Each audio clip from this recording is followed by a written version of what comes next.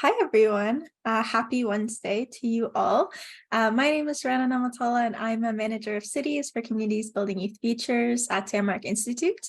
I'm so happy to welcome you to our webinar today on building sustainable collaborations, stories of building and restructuring. So this webinar is part of a 4-part webinar series on sustainability and resilience. It is based on the Guide 10, a guide for building sustainable and resilient collaboration, which explores 10 factors that contribute to a sustainable collaboration, practices that build resiliency, explore questions for funders and collaboration tables to consider, and it also shares stories of collaboratives on their own sustainability journey. So one thing I want to do right now is just ground ourselves in the space with a land acknowledgement. I'm joining you today from the unceded territory of the neutral Anishinaabe and Haudenosaunee peoples that is colonially known as Kitchener, Ontario. And as settlers in our communities, we are committed to a present and future of supporting Indigenous resistance and joy for an honorable and enduring relationship to the land and to one another. All right, so today we have 2 wonderful speakers joining us today. We have Ashley Anderson, who is the project coordinator at Communities Building Youth Futures, Portage la Prairie, and we have Steacy Pinney, who is the founder and CEO of Calgary Reads. I will let them share a lot more about themselves and the work they do through their stories. But before we get started, I just want to give you a very brief overview of sustainability, just give you some context before we get started. So we like to use the metaphor of a tree. Where the tree trunk is the collaboration, it's the people, the structure, the organization of the collaboration. We have the branches and the leaves, which are really the projects, the programs, the activities that support the collaboration's compelling case. So these can change. Some of them can grow more than others, and some can even die off, which is okay. And then we have the roots. They are the contributing sustainability factors and resilience practices used by a collaboration. So they collectively feed and support the trunk to continue to thrive. And so the roots are really the foundation of the collaboration. In the first webinar in our series about sustainability and resilience, we talked about the 10 factors that collectively support sustainability. So these fall under 4 categories. We have people. So these are about who to involve and include things like equity and inclusion in design, strong ties between partners, and broad community engagement. Then we have resources. So these are really about the investments required and include things like adequate human and financial resources and partners who are contributing to shared outcomes. Then we have process. So these are about the why and the how of the collaborations. And they include things like having a compelling case that drives the work and also have ongoing reflection and learning throughout the collaboration. And lastly, we have impact. So these are about the effect and influence of the collaborative effort and telling the story. So that includes things like an approach that is informed by data and evidence. We have tracking and reporting progress and impact, and we also have influencing policy and systems change. So in the 10 guide, you will find detailed descriptions for each of these 10 factors and specific actions that contribute towards building sustainability within a collaboration. And in section 6 of the guide, you will find 10 inspiring stories. And we are so lucky to have 2 of those inspiring stories of sustainable collaboration with us today. So we have CBY of Portage la Prairie and Calgary Reads. These 2 collaborations are network organizations and conveners. They engage children and youth in meaningful ways while working towards systemic change. So I'm very excited for Ashley and Steacy to share with their stories with you now about how sustainability really plays out on the ground.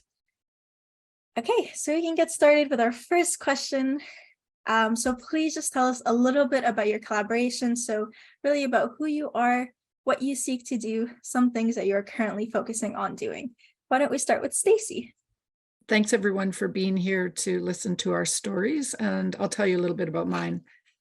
I'm the former CEO of Calgary Reads, and I'll tell you a little bit about what we call our dandelion story. So we were a 22-year organization, small local nonprofit that moved across to have a provincial footprint right before the pandemic. And last year, about this time, after exploring potential mergers and other solutions, we decided to enter into a creative destruction process and actually like a dandelion that's gone to seed, blow on it, make a big wish, and scatter all of our programs, our services, our assets, our movement making to 7 different organizations, which has been a very interesting journey for all of us. Do you want to put up the slide? And I think that will also help the group understand the collective.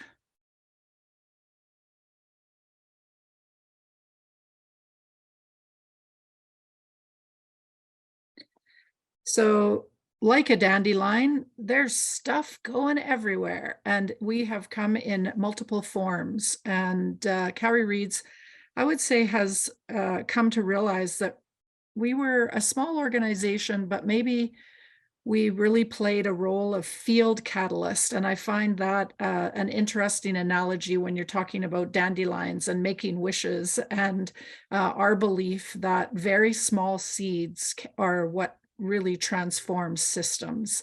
So over the course of those 22 years, we have convened multiple collaboratives, all under different names, all though with the very same outcome, which was ensuring that all children are joyfully and confidently reading by the end of grade 3. So it didn't really matter what the brand, what the structure, what the container was. We constantly tried to reinvent and have impact towards this common goal of all children reading successfully by grade 3.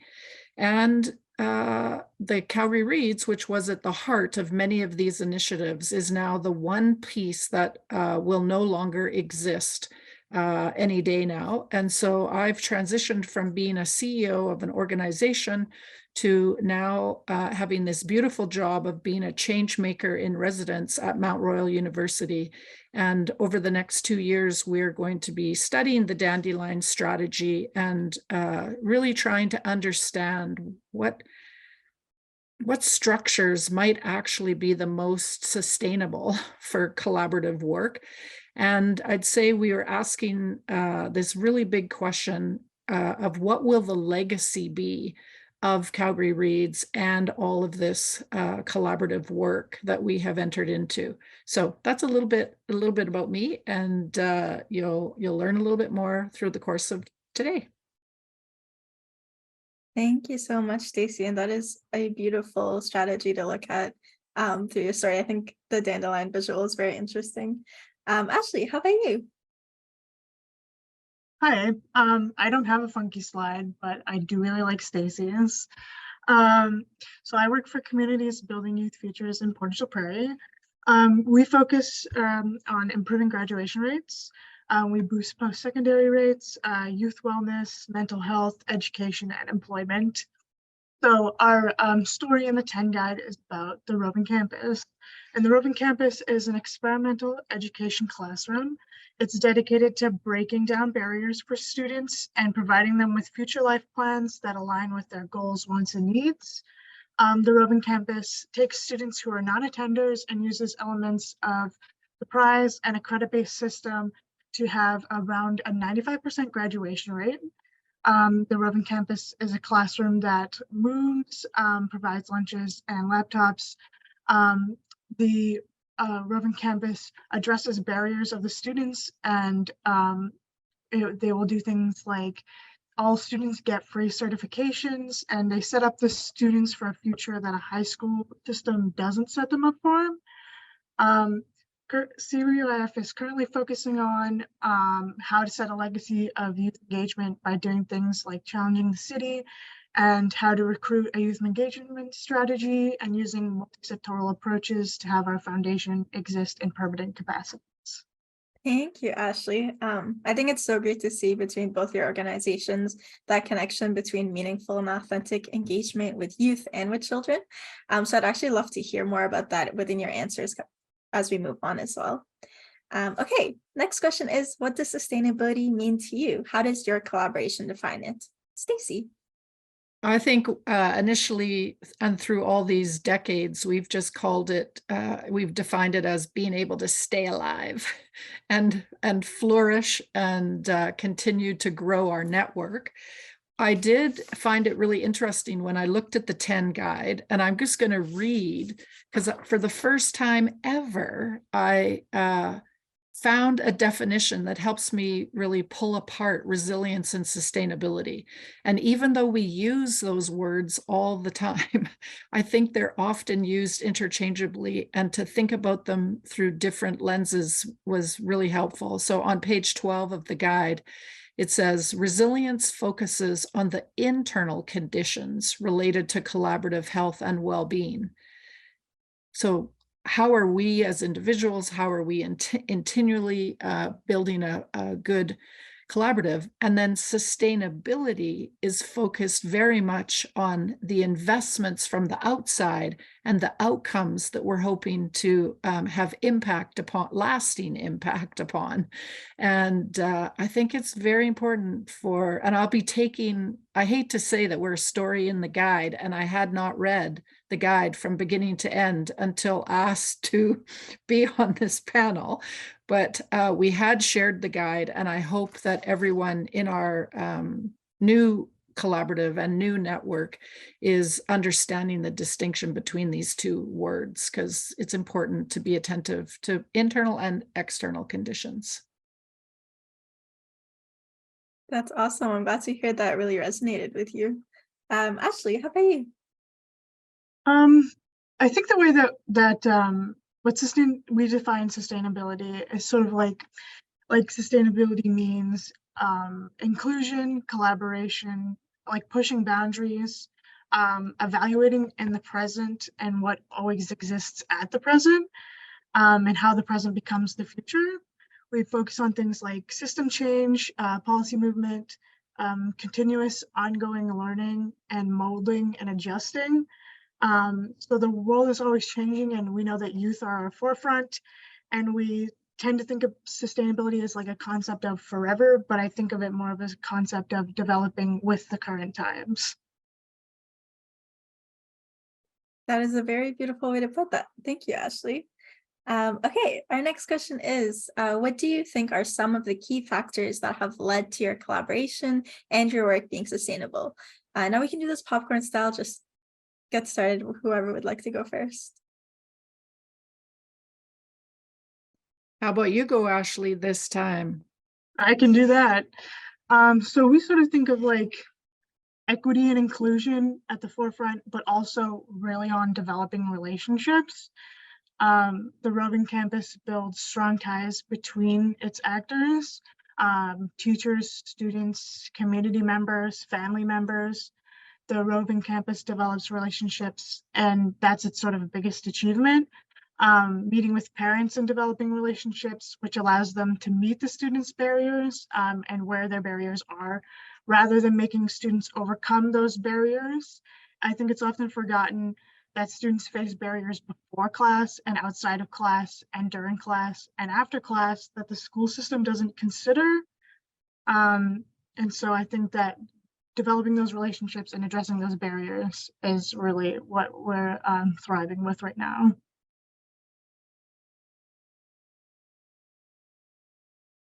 I would say definitely our success is all about the people and the relationships that are being built, and everything we do is guided through relationship.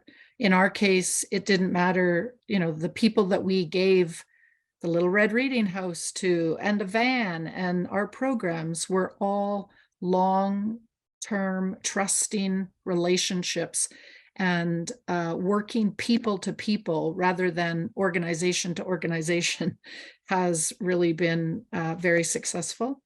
And I think also through relationship development, you also have to kind of know who's who in the zoo and be able to keep track of who are the different moving parts and players within your collaborative, and which are those really close, strong ties that you can count on year after year, time after time. And then where are these looser ties within your network that you may not have the same depth of relationship, but they bring interesting perspectives. They often are the unusual suspect that you really need to have as part of the conversation. I think it's also really important within collaborative work to find people with true leadership that comes not in the form of formal authority, but their willingness to self-authorize, give themselves permission to step in to do the hard work and not wait for someone to tell them.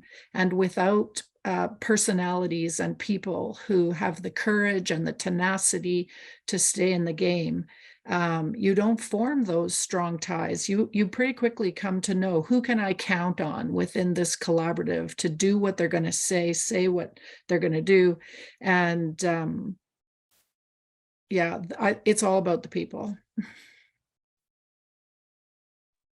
That's awesome. Thank you so much. Ashley, I'd be interested if you shared more also about, for the sake of continuing the conversation on building relationships. I know that you've continued to have relationships with youth even after they graduate. So I'm really curious to hear about what that looks like, and how that helps you with sustainability as well. Yeah, always part of the idea of the Roving Campus was to continue support past graduation, because we recognized that when you graduate high school, you're dropped from all supports, and it's kind of like a culture shock of like, oh, I have nothing now. So we developed a position called the Youth Support Navigator. So that role is to provide resources and support to current and former students. So she helps students go to doctor's appointments or just gets rides and just continues to address these barriers after they've graduated school. And then we've developed relationships continually with these students. 2 of the Roving Campus graduates are now working with me. They're on this call. Shout out to them. They're amazing. They're doing great. I love seeing their progress. And I think, yeah, it's about relationship building, and it's really great to see the progress in what would have been like students who are kind of abandoned by the system. Thank you, Ashley. Steacy, any final thoughts on that question?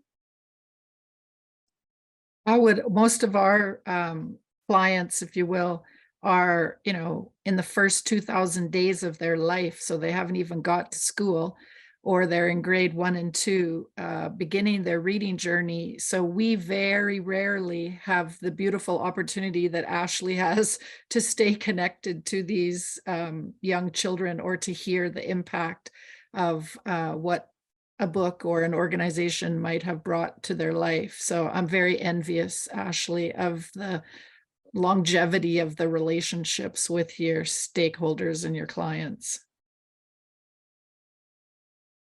Thank you both. I'm glad we've kind of emphasized, I think, that for organizations, it's very important to first be grounded in relationship building, in trust, and in community, before we think about sustainable projects. Okay. I did think of something else to add. Sorry to interrupt you. Go for it. I think it's really important to, we surveyed our members using a very complicated partner tool that was trying to identify levels of trust.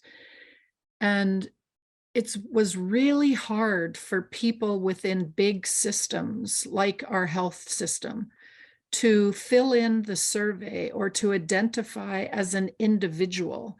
So we all trusted Leslie in our network, but we did not trust the health system to have the same alignment with our outcomes. So really important to recognize that through relationships, it's different. A relationship you have with an organization or a system can be completely different than the relationship you hold with an individual, especially when it comes to trust and respect. So just wanted to add that. Yeah, thank you so much, Steacy. Okay, our next question is, what are some of the challenges that you have encountered and how have you navigated them? So again, whoever would like to go first, go for it. I'll go first. I want to continue talking about our youth support navigator role. So our biggest challenge was that drop in resources and support. So her role. I shout out to Adeline. It only exists here, and it's only exists for the Roving Campus. It's shared between CBYF and school division, and it's a way to keep the students connected to the teachers instead of completely dropped out of resources. We all faced the isolation of COVID, and that role has helped pull out of that isolation. And I think that it's really strong in developing relationships post-graduation, and even could potentially be pre-graduation. Steacy, would you like to share your thoughts? Sure. Definitely our challenges have very much been about funding, resources, talent, trying to make sure that people keep some hope within the work for the long game. It's very easy to get burnt out when you're working with very small resources and uncertainty within your funding base. So none of our collaboratives from that first diagram were ever receiving a multi-year investment. They were really going day to day, very dependent on membership in the network to be on the corner of someone's desk, not part of their core accountability. So fatigue is a really big challenge when you're under-resourced.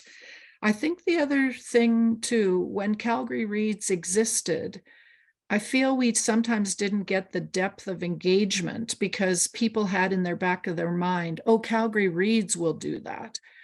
Part of blowing up Calgary Reads is to say, no, it's not that organization's responsibility to change the trajectory of a student's life. It takes a village to raise a reader, and all of us have a shared responsibility and accountability to make sure that children are thriving within our community. So the challenge of I'm probably one of the biggest challenges because I've been leading this work for a very long time. I'm incredibly persuasive and persistent and have a very vast network. And when you have sometimes this leader that has probably too much personality or holds too much power, it's very easy for other people to not step in. So my successor or the successors who will step in to be the voice of this work has become a really top priority for us so that we don't hit the wall with that challenge again. The other challenge, I would say, when you're working in a field of healthcare and education, I think our big systems are blind to their weak spots, and they don't like criticism, and they don't want to hear where there are gaps or kids falling through the cracks. And they do everything in their power sometimes to not listen, to not participate, to not be an integral part of the solution. And until I'll talk a little bit more about, what are we thinking about now? But until we can work side by side, big systems, people with lived experience, small little NGOs, we're never going to solve the problem if the big boys can just shut it all down and not want to play. Thank you both. Really great points. I'm glad we mentioned fatigue and burnout because I think all community change makers relate to that a lot. So thank you so much. Moving on to the next questions. What are some things that you are reflecting on to improve around sustainability? So Steacy, why don't we start with you? I'll keep carrying on my rant about the bigs and the littles trying to learn how to get along, right? It's a bit like, what can we learn from the sector of understanding the impact of bullying on the lives of kids? Because sometimes when you're the small NGO, it feels a bit like the big bullies are able to control the agenda or squash the public discourse in a way that's not very helpful to the children that we're trying to support. So we're having hard conversations as a collaborative, because if we can't get our school boards back at the table consistently, we won't be able to succeed at our outcomes, because in society, education is given the mandate and the taxpayer dollar to ensure that children are learning how to read. So it's a really important dilemma that we find ourselves in, that we have mobilized more small to mid-size organizations than ever before to be part of the cause of grade 3 reading. But we can't keep the same school board personnel or the health region personnel at the table with the same level of commitment. So in any collaborative, this may seem like, I don't know, there's sometimes this feeling of, are you a friend or a foe to this conversation? And we need to really understand power and the dynamics of power and the size, the levels. You know, for some organizations, they send a program manager.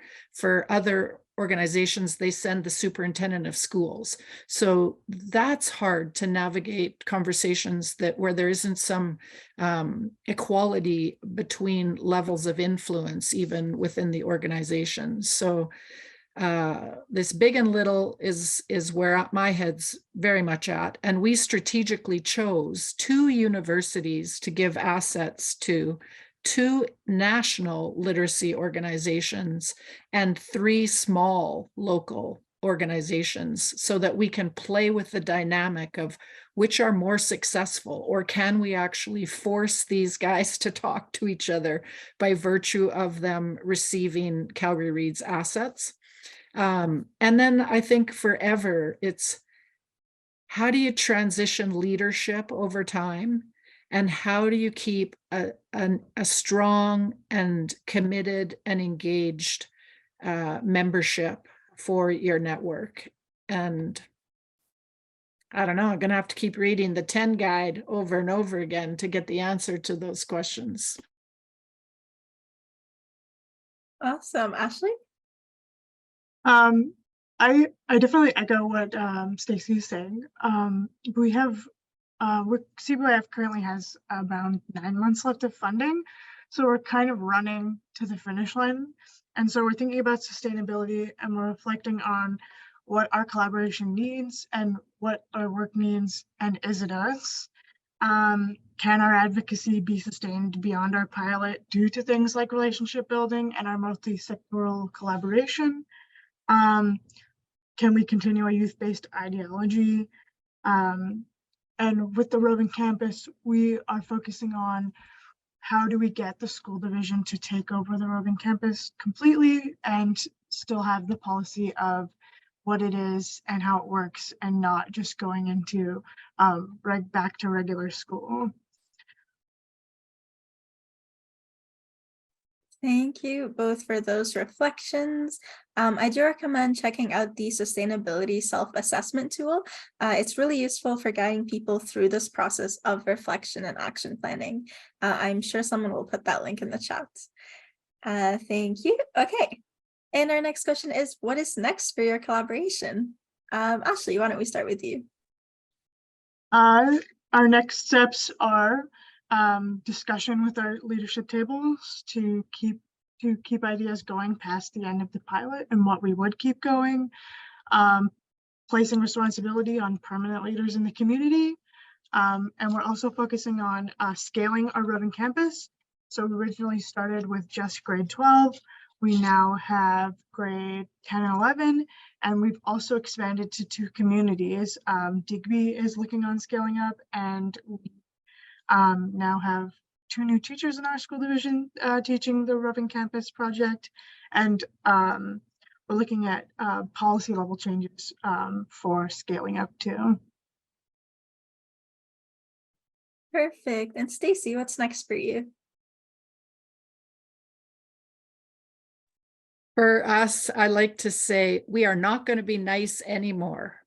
Literacy is notoriously a nice, soft, often women, predominantly women-led sector with happy children on our websites and nice, bright primary colors.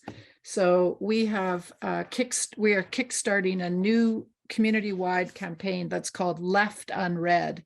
I should have brought a slide, but I'll hold this up. These are not nice images that we are pushing out.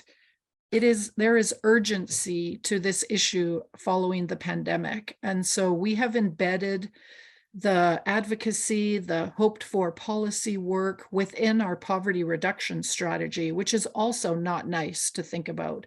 So instead of remaining affiliated within the literacy sector that seemed to be a nice to have, and most people don't believe that there's a literacy problem in Canada, we're going to push very hard with this Left Unread campaign launching on September 8th, which is International Literacy Day, but is being led by the backbone organization, Vibrant Communities Calgary, who are championing our Enough for All poverty reduction strategy. And Left Unread is one of the campaigns coming out of one of the levers. I think the other thing that is next or top of mind, how do we stay focused and adapt when there's constantly this opportunity to get a new funder that wants to do X and a new partner that wants to do Y? And so I think narrowing our focus, keeping true to the cause, but yet bringing in and working under a bigger tent are all part of what's next. And it's interesting when you are no longer the CEO of an organization. I get to say whatever I want now. And I didn't get to rant and rave and be mad at my school board partners to the degree that I want to, because I was dependent on them for access to the children that they serve.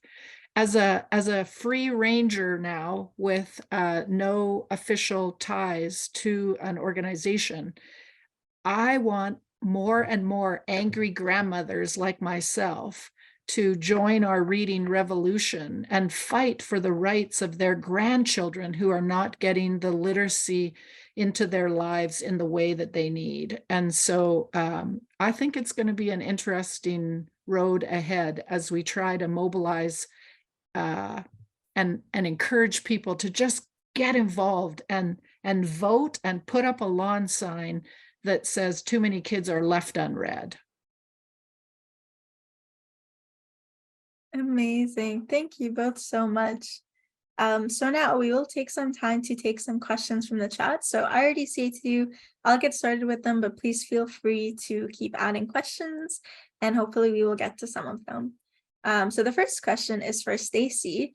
Steacy, what pushback did you experience in strategically imploding your structure and how did you navigate that? I would say the community is still kind of sad. But when people would say, what are you doing? I used the dandelion metaphor and people understood intuitively the analogy of the dandelion and the way in which it grows and spreads. And they knew that the problem was bigger. So they're trusting in my belief that this is a good thing. And it didn't matter whether it was my board of directors who I had to convince or the community. I also asked the community a lot of questions. And what I came to find out, the thing that the community was going to miss the most if there was no Calgary Reads, because I said, well, what are you most going to be sad about if there's no Calgary Reads? It was our big book sale. And this big book sale is not the only thing that Calgary Reads did, but it was going to be so missed by the community because it's a big public event. So we gave the name Calgary Reads to the Rotary, and it will continue to be called the Calgary Reads Big Book Sale. We just finished it yesterday. We raised $500,000, so more money than we ever have raised before.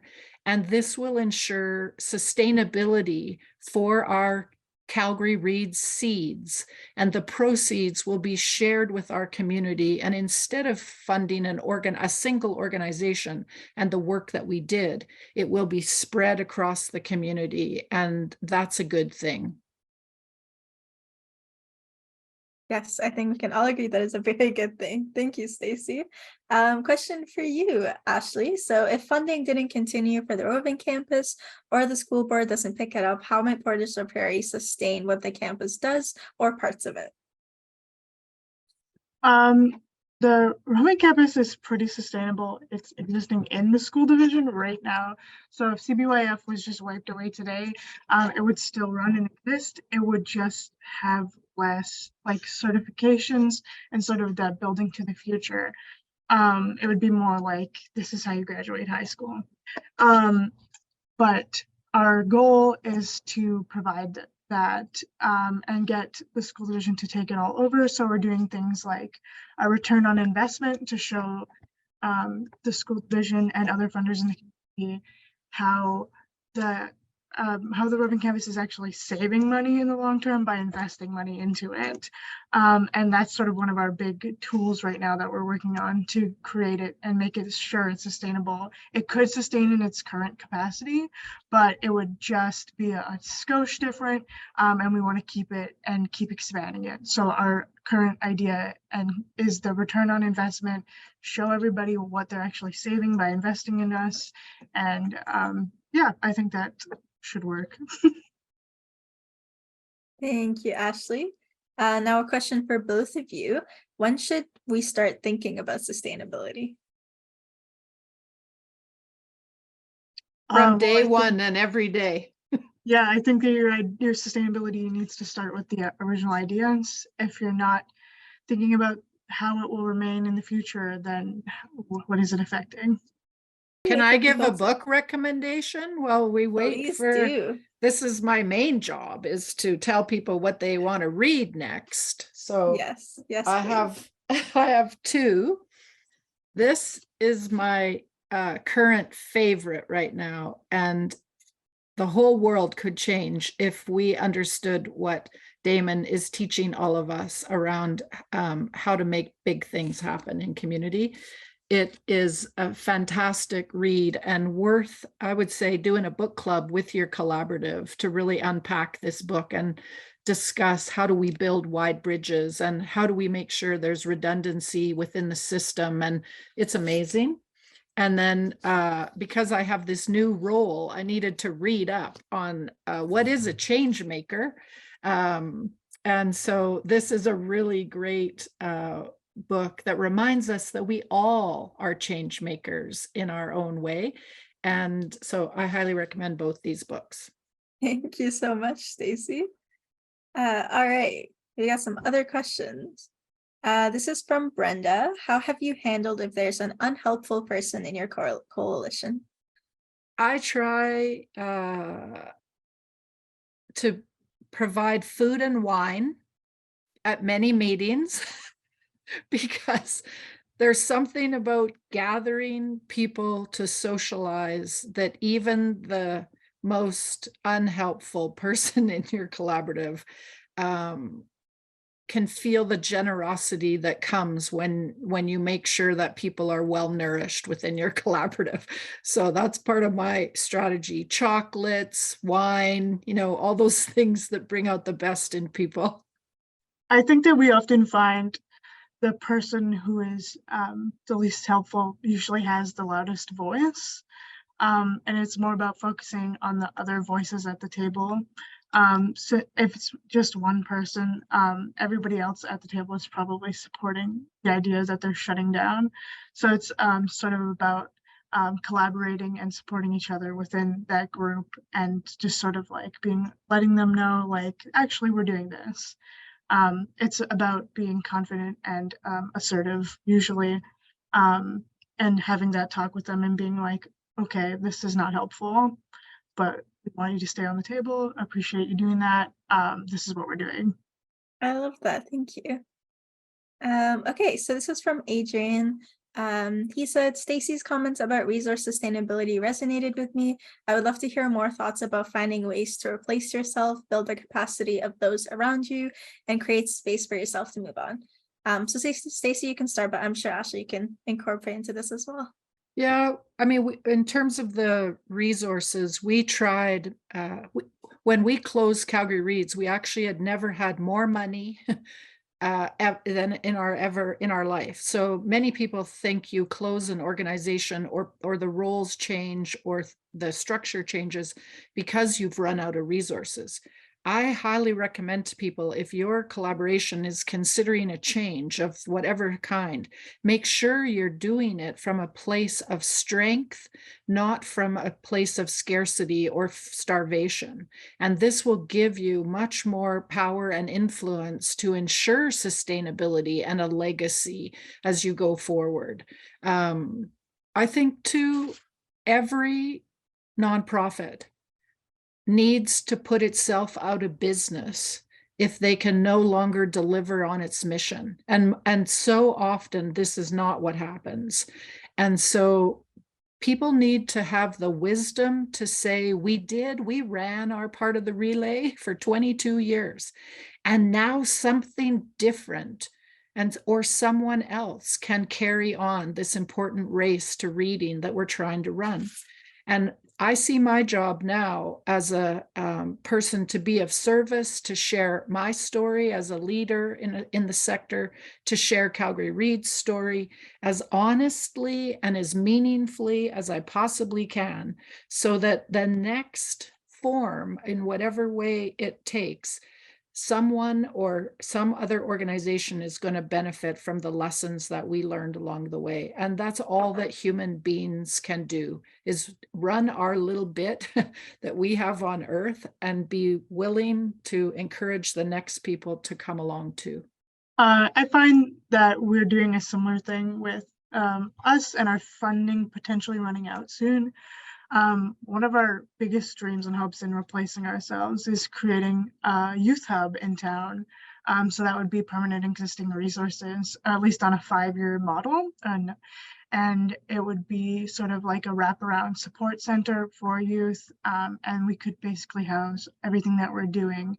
It wouldn't necessarily have to be us, and it would be sort of our main goals and ideas continuing to exist in the long run. So it's about finding structures that already exist and collaborating with them and not duplicating resources. I think that's the way to go. Thank you very much. And last participant question from Katarina. Stacy, how long did the process take, and did you work with consultants? If so, what type of consultants? I ask as an ED who has also dissolved an organization. Yeah, of course, you're working with the usual lawyers, accountants, because you have to follow the rules of CRA to close down an organization. We started the process, I'd say 18 months ago. I still have one more bank account to close down because the bankers kind of forgot. So you need those traditional skills of legal and things like that. But I ended up hiring a consultant who would walk alongside me, who used to be an executive director of Hospice Calgary.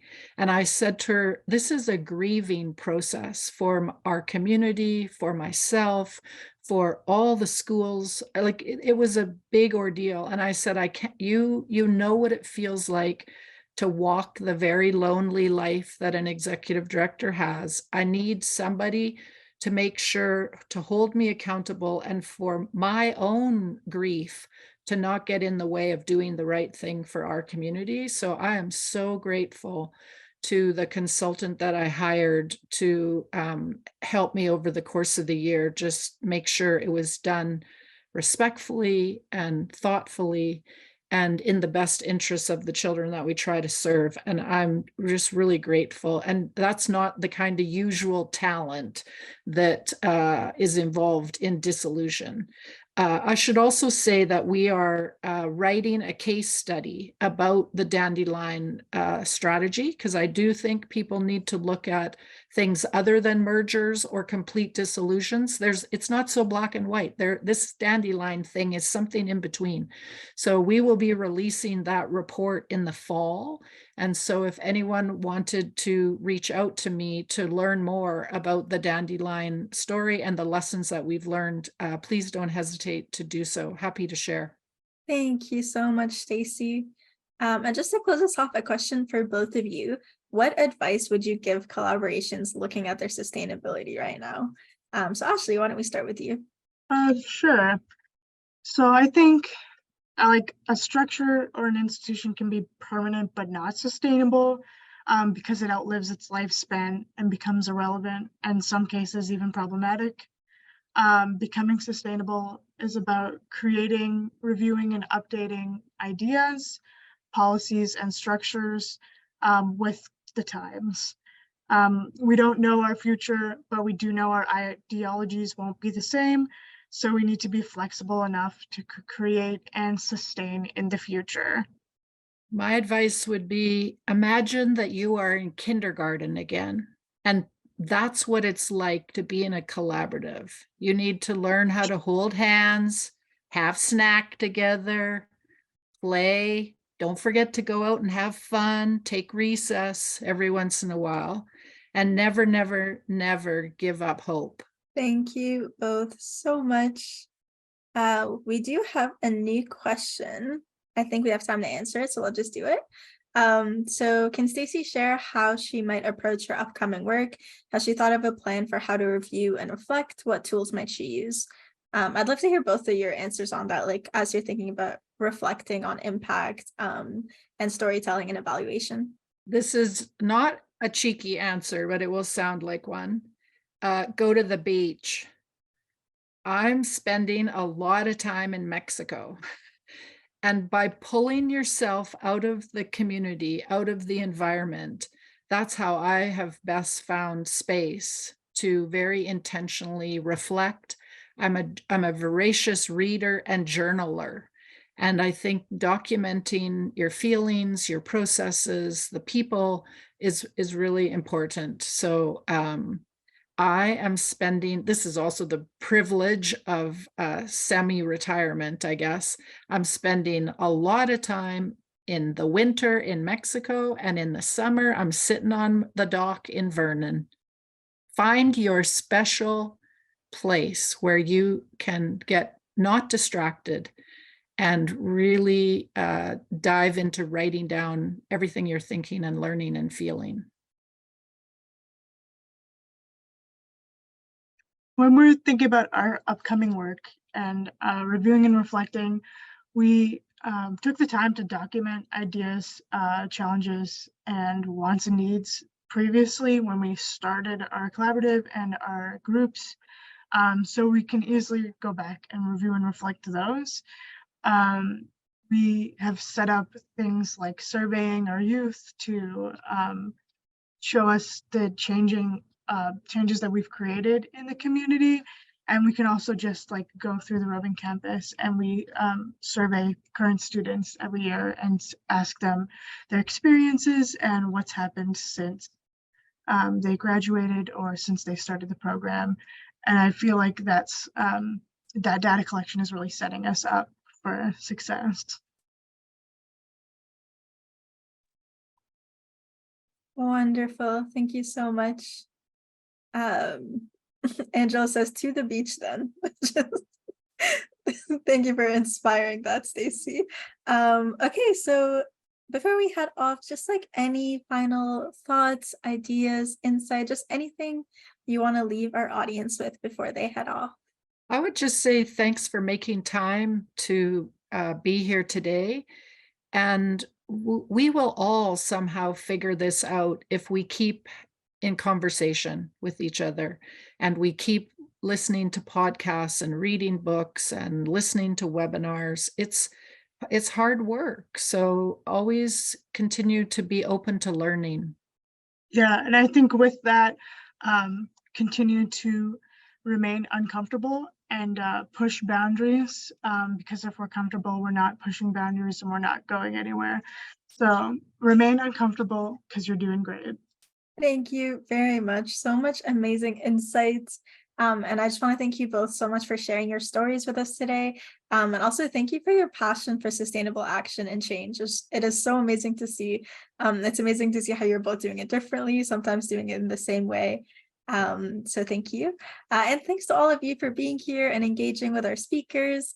We will be sending out a follow-up with resources and slides, so you will get everything. Don't feel worried if you've missed something. And also, please don't forget to register for the next webinar in the series. Again, I'm sure there will be a link in the chat. But yeah, thank you all. We hope to see you then at our next series or in the future, and have a wonderful rest of your week.